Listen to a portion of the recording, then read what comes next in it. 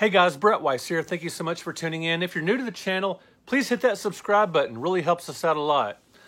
The last video game convention of the year, the Houston Arcade Expo, from November 13th through 14th, it was planned, has been canceled. As far as I know, this is the last big video game convention of any kind scheduled for this year that was still to go on. Let me know in the comments if there's another show that you know about that is still scheduled for this year. I couldn't find any, and of all the ones I had planned on attending, all the ones I was aware of, this was the last one to officially cancel.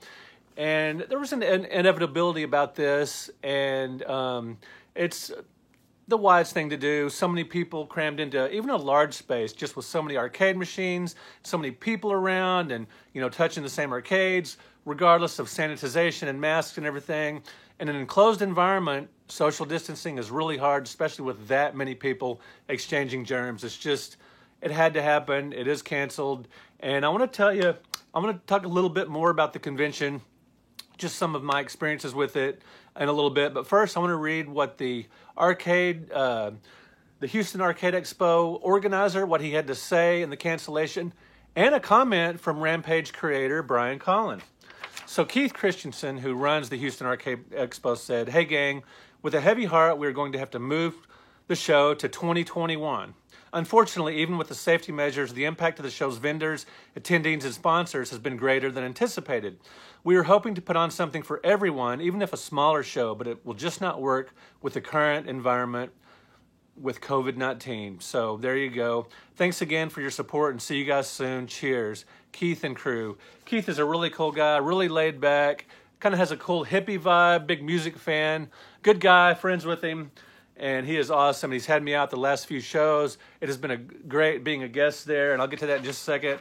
Let me say what Brian F. Collin, the creator of the legendary arcade classic Rampage, said. He goes, "I'm really bummed but not surprised. You event organizers have had to deal with issues from all sides, from government interference to public perception, and then weigh everything with your own best judgment. Sorry." And I imagine, lawsuits, or just the threat of lawsuits, might have something to do with it. If you have an event and some people get sick, what are going to be your legal ramifications? I'm sure there's so much involved with putting on a show like this, with a hotel and everything. And so, Keith, I appreciate you doing the responsible thing. I was holding out hope it was still going to happen, but this was just, me being a big video game con fan. It's the best thing for everyone. That hopefully 2020 we'll have a bunch of shows, but hey, at this rate, who can say? Now, this was my big year to really promote my YouTube channel, and because I've really only been doing it seriously for about a year. I got the banner, and I got a bunch of flyers made up, and this was going to be my year to just really push the YouTube channel at shows. And speaking of YouTube, that's really kind of helped me keep sane through all this, just through the lockdown and through the lost job opportunities. These shows, I sell books, set up, I sell a lot of games too, so it's kind of a bummer to miss out on that income. But YouTube and online sales and everything, all that stuff is helping keep me sane.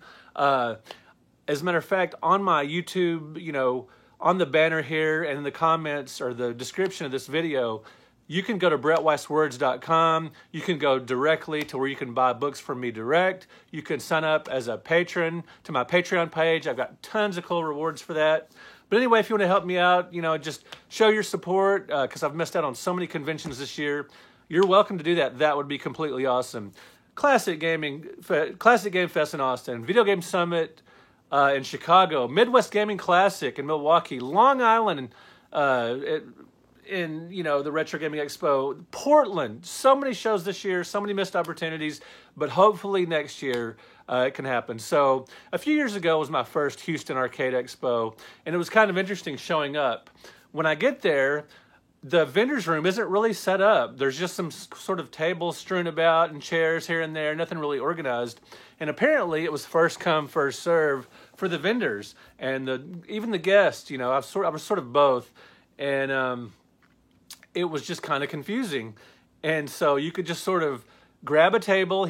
Keith had told me ahead of time, I could have a couple of tables, and we worked out a deal. And I just put a couple tables what I thought were in a good position, and then a little later, someone moves a table directly in front of me, which would have been horrible for sales, and on and on.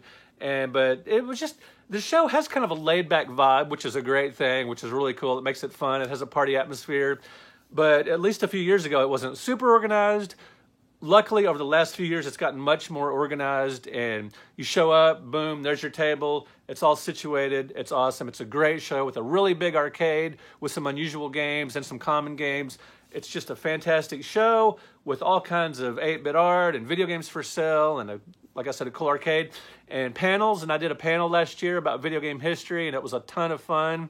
And it's just a cool show with a lot of neat guests. There are really long vendor hours, and you can shut down earlier if you want to, but the vendor's room theoretically opens till, it's about as long as the arcade. You can be there from the morning till 10 o'clock in the morning or whatever until late at night. So you can be there all day if you want and late into the night. So it's kind of an interesting show, and I really they've got a snack room, which was just awesome. The whole weekend you could go. If you were a vendor or a guest there, you could go to this cool room, and they had candy bars and crackers and sodas and bottled water and just all kinds of stuff, granola bars, stuff like that. And that was a huge benefit. As a vendor, you're there all day. You might bring your lunch, or you might get a less than great hamburger from the hotel vendors or whatever, but it was really neat just having that available. Really cool, Keith. That's a nice touch for your convention. All right, guys, what shows have you missed out on this year? What shows did you plan on going to this year? Please let me know in the comments.